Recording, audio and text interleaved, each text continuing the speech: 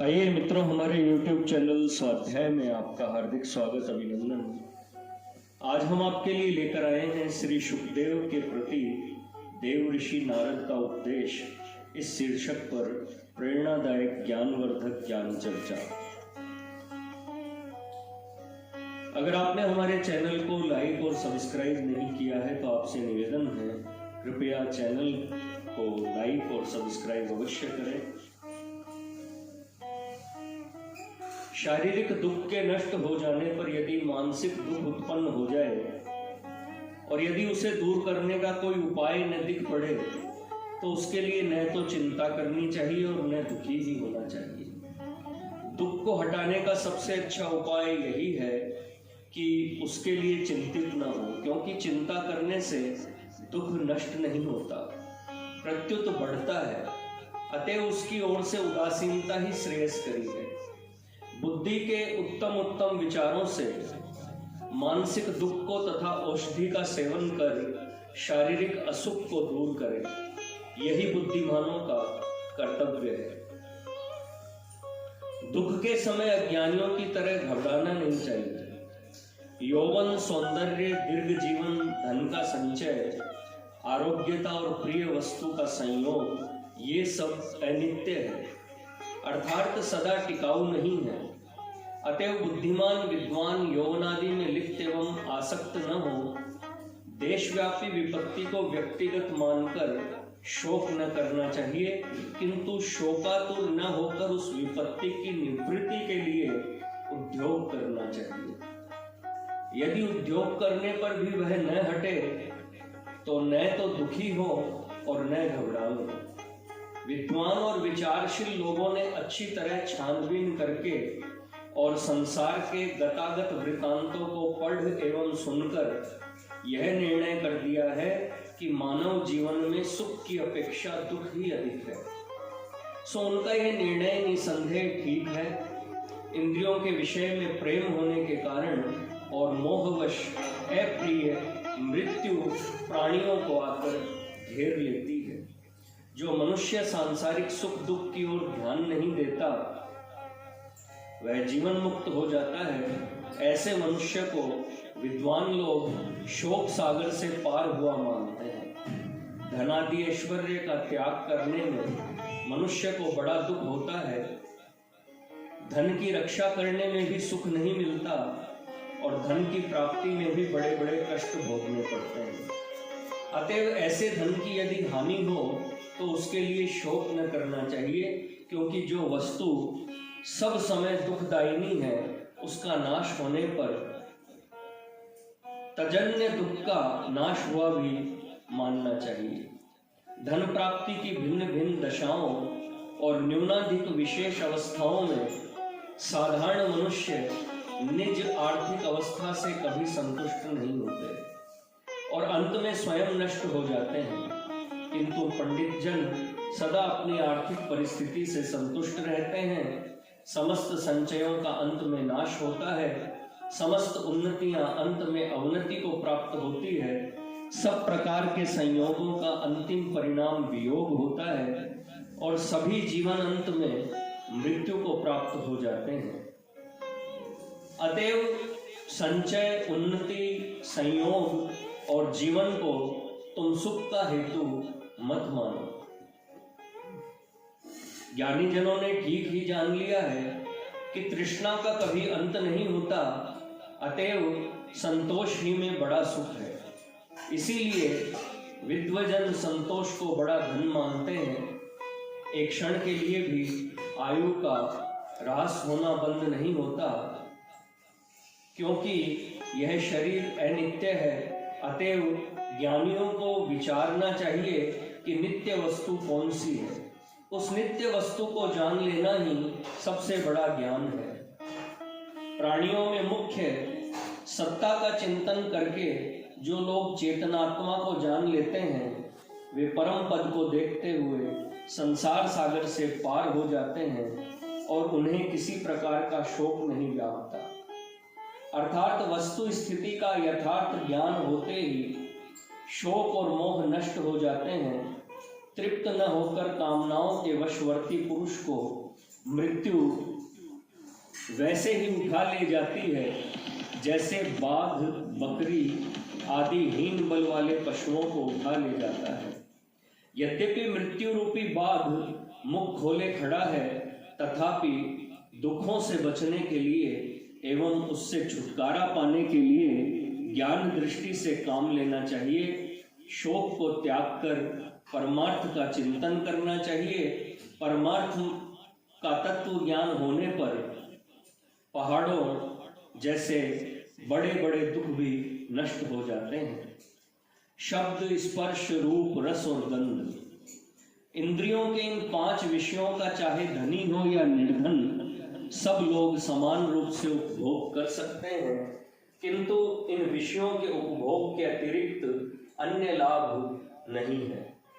जिस वस्तु के नाश से बड़ा दुख होता है, उसके प्राप्त होने के पूर्व अथवा दुख कुछ भी नहीं होता।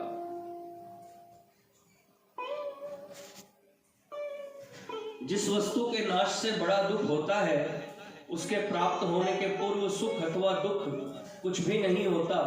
अतः उसकी प्राप्ति के पूर्व की दशा को ध्यान में रखकर कभी मन को दुखी न करना चाहिए। उपस्थ और उदर की रक्षा और उदर के भरण पोषण के लिए धैर्य से काम लें, अर्थात अनुचित काम वासना से और अभोज्य भोजन से बचें। आंखों द्वारा हाथ और पांव की रक्षा करें।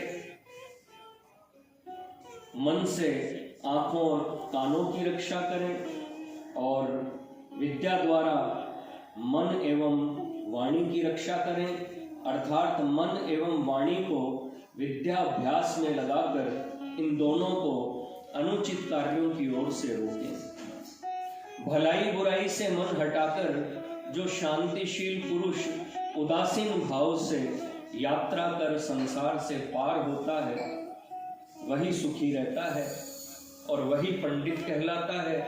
जो मनुष्य अध्यात्म अर्थात आंतरिक विचारों में मन को लगा अनुकूल प्रतिकूल विषयों में हर्ष और विषाद को कुछ भी नहीं गिनता, केवल परमात्मा की सहायता से ही संसार में विचरता है, उसी को तुम सुखी जानो। जब सुख के समय विपत्ति रूप दुख उपस्थित होता है, अर्थात सुख के बदले दुख आ जाता है, तब उस दुख को कोई भी नीतिज्ञ बुद्धिमान नहीं हटा सकता। रोग आदि दुखों में फंसने के पूर्व ही प्रतिकूलात्मक दुख निवृत्ति के लिए यत्न करता रहे। जो पुरुष सदा यत्न किया करता है, वह कभी दुख नहीं पाता। मनुष्य को उचित है कि मोक्ष प्राप्ति के लिए सदैव यत्नवान रहकर जरा, मृत्यु और रोग आदि के चक्र से अपने प्रिय आत्मा की रक्षा करे। जैसे किसी बलवान धनुर्धर के छोड़े हुए बाण प्रतिपक्षी के शरीर में बिंधकर शरीर को पीड़ित करते हैं, वैसे ही मानसिक और शारीरिक व्यथाएं प्राणियों को पीड़ित किया करती हैं। नित्य नई नई कामनाओं से व्यथित ग्लानि युक्त जीवन के अभिलाषी एवं विवश प्राणी के विनाश के लिए शरीर खींचा जाता है, अर्थात जीव की अधोगति के निमित्त शरीर सताया जाता है। जैसे घास फूस के साथ जो जल की धार आगे बहकर निकल जाती है, वह लौटकर पीछे नहीं आती, वैसे ही शरीरधारियों के आयु को लेकर दिन रात रूपी काल के जो प्रवाह प्रतिक्षण बहे चले जाते हैं, वे फिर लौटकर नहीं आते। शुक्ल पक्ष के पीछे कृष्ण पक्ष और कृष्ण पक्ष के पश्चात शुक्ल पक्ष आया जाया करते हैं और इनका आना जाना उत्पन्न हुए मनुष्यों के आयु को क्षण क्षण में कम करता हुआ एक क्षण के लिए भी नहीं रुकता।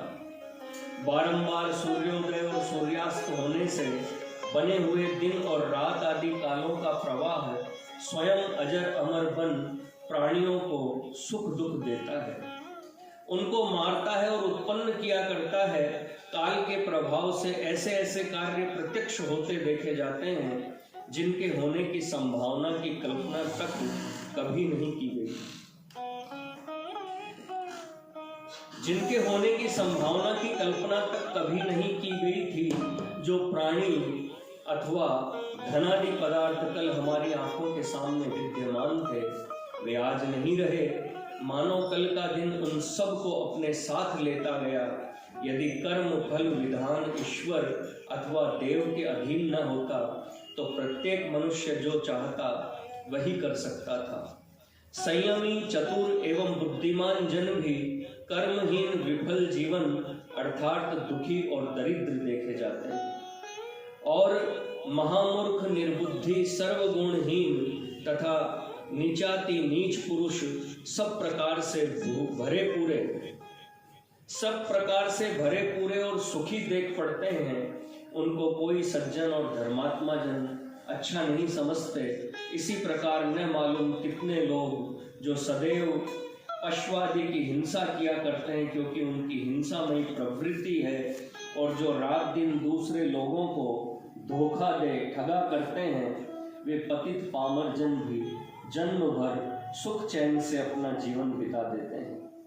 देखो, ऐसे भी लोग हैं जो धनोपार्जन के लिए हाथ पांव नहीं हिलाते, किंतु चुपचाप बैठे रहते हैं, पर तो भी उनके पास धन अपने आप चला आता है। और ऐसे भी अनेक लोग हैं जो धनोपार्जन के लिए निरंतर घोर परिश्रम किया करते हैं, किंतु उनको धन नहीं मिलता। कोई चाहते हैं कि हमारे मरने के बाद हमारे संतान हमारे उत्तराधिकारी हों, और इसलिए वे श्रीमान पुरुष संतानोत्पत्ति के लिए बड़े बड़े प्रयत्न किया करते हैं, किंतु उनका मनोरथ सफल नहीं होता। उनकी स्त्रियों के गर्भ स्थापन ही नहीं होता, किंतु न मालूम कितने व्यभिचारी व्यभिचार करते और चाहते हैं कि कहीं उनकी प्रेयसी गर्भवती न हो जाए। वे गर्भ से वैसे ही डरते हैं जैसे सांप से मनुष्य। किंतु ऐसों के रिष्ट पुष्ट चिरायु पुत्र माता पिता की इच्छा के विरुद्ध उत्पन्न होते हैं। हे शुकदेव, कहीं ऐसा भी देखने में आता है कि सुसंतान प्राप्ति के लिए बड़े बड़े व्रतोपवास और कठोर तप किया जाता है, और जब उनके प्रभाव से गर्भ स्थापित हो जाता है और 10 माह बाद संतान उत्पन्न होता है, तब वह महाकुल कलंकी कपूत निकलता है। महाभयंकर रोगों से पीड़ित अनेक धनी बहुत सा धन व्यय कर बड़े बड़े पीयूष पाणी और प्रसिद्ध चिकित्सकों से चिकित्सा कराते हैं, किंतु उनका रोग नहीं छूटता। कहीं कहीं बड़े नामी गिरामी चिकित्सक जिनके पास महामूल्यवान औषधियां हैं, स्वयं रोगाक्रांत हो जाते हैं और रोगों से वे वैसे ही संतप्त होते हैं जैसे बहेलिए से मृग। वे अनेक औषधियों के योग से बनाए गए घृतों का सेवन करते हैं, कषायों को पीते हैं और च्यवनप्राश आदि पौष्टिक औषधियों को खाते हैं, किंतु बुढ़ापा उनको वैसे ही नष्ट कर देता है जैसे बलवान हाथी पहाड़ी के टुकड़े टुकड़े कर उसे नष्ट कर डालता है। साथ ही साथ यह भी सोचने की बात है कि इस भूमंडल पर रहने वाले तरह तरह के पक्षियों और अन्य जीव जंतुओं की चिकित्सा कौन करता है। वन में रहने वाले पशु पक्षी आदि अनेक जीव तथा दीन दरिद्र मनुष्यों को कोई रोग प्राय होता ही नहीं, परंतु बड़े बड़े प्रतापी, किसी से न दबने वाले शूरवीर, बड़े बड़े सिंहों को पकड़ने अथवा मार डालने वाले राजों और महाराजों पर रोग आदि आक्रमण कर उनको वैसे ही दबा लेते हैं जैसे कोई सिंह किसी सियार को दबा लेता है। संसार की ऐसी विलक्षणताओं को देखकर मनुष्य को उचित है कि वह अपने मन को शांत रखे, क्योंकि अति बलवान काल का प्रवाह दुखादि से घिरे हुए लोगों को ऊंची नीची दशाओं में पटका करता है। जो प्राणी अपने प्रबल स्वभाव के बंधन में बंधे हुए हैं, उनकी वह काम क्रोधादि के गर्त में गिराने वाले स्वभाव की वासना धन से, राज्य से अथवा घोर तप से भी दूर नहीं होती। यदि मनुष्य की सभी कामनाएं पूरी होने लगे तो न तो कोई मनुष्य कभी मरे, न कोई बूढ़ा ही हो और न किसी प्रकार का वह अप्रिय अनिष्ट ही देखे। संसार में सभी प्राणी स्वभावतः उच्चाति उच्च दशा को प्राप्त करने की यथाशक्ति चेष्टा किया करते हैं, किंतु न तो कभी ऐसा हुआ और न कभी हो ही सकता है। संसार में यह भी देखने में आता है कि जो धन के मद में चूर है अथवा जो राजा रईस मदिरा के नशे में चूर रहते हैं, उनकी सेवा मादक वस्तुओं का सेवन न करने वाले बड़े बड़े पराक्रमी शूरवीर किंतु मूर्ख प्रमाद छोड़ सहर्ष किया करते हैं। कितने ही लोगों के दुख बिना प्रयत्न किए ही अपने आप नष्ट हो जाते हैं। कुछ लोगों को ऐसे दुख आकर घेर लेते हैं जिनके कारणों का पता खोजने पर भी नहीं लगता। कहीं कहीं तो ऐसी विषमता देख पड़ती है कि पालकी में बैठकर चलने वाले तो दुखी हैं और उनकी पालकी उठाने वाले सुखी हैं। कतिपय राजे और रईस ऐसे भी हैं जिनकी रथादी सवारियों के आगे पीछे अनेक नौकर चाकर दौड़ा करते हैं। किसी के घर में सैकड़ों स्त्रियां हैं जो बिना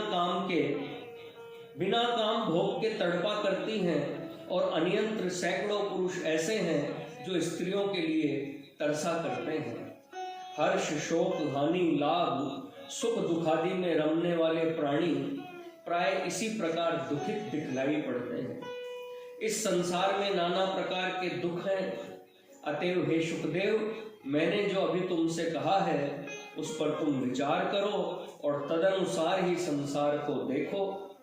ऐसा करने से तुम्हें फिर मोह न होगा।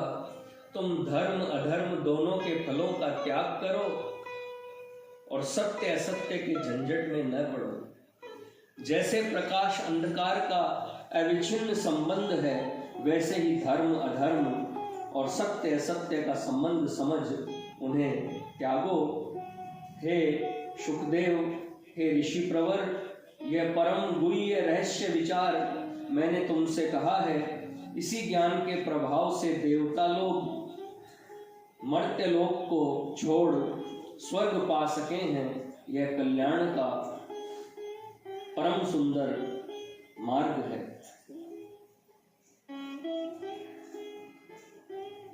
मित्रों, यह थी श्री शुकदेव के प्रति देवऋषि नारद का उपदेश इस शीर्षक पर प्रेरणादायक ज्ञानवर्धक ज्ञान चर्चा। अगर आपको हमारा चैनल पसंद आए तो इसे लाइक और सब्सक्राइब अवश्य करें। धन्यवाद।